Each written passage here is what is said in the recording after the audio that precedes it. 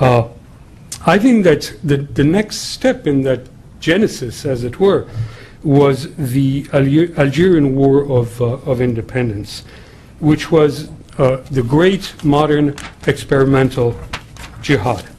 It had Soviet support, it had Nazi cadre, some of the very top people in the FLN and its military apparatus were former Nazis. And what did they do?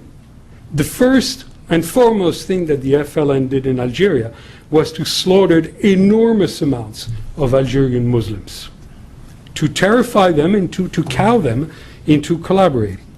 Once they had that, they started slaughtering as many French people as possible by means of terror.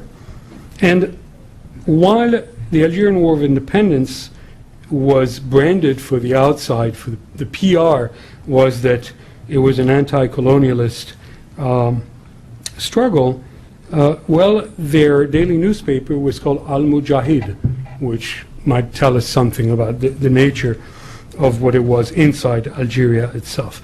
And that was the model for the next step, the PLO. The PLO leaders all said again and again that their model, their ideal was what had happened in Algeria. And of course, in both cases, we find the KGB involved, but not so much not only the KGB, the sort of run-of-the-mill KGB thugs. We're looking at the KGB long-range planners, at the KGB schools, and schools where people from the world of Islam were told, don't use Marx.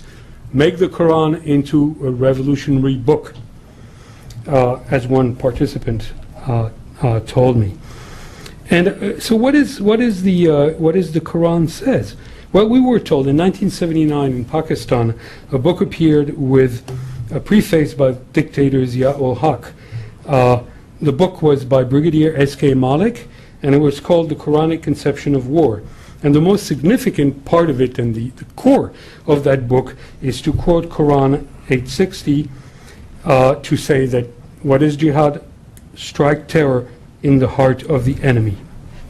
Now the problem is that there's no firewall between this radical conception and the rest of the Muslim world. The radical can turn to his co-religionist and say, it's in the book, because it is.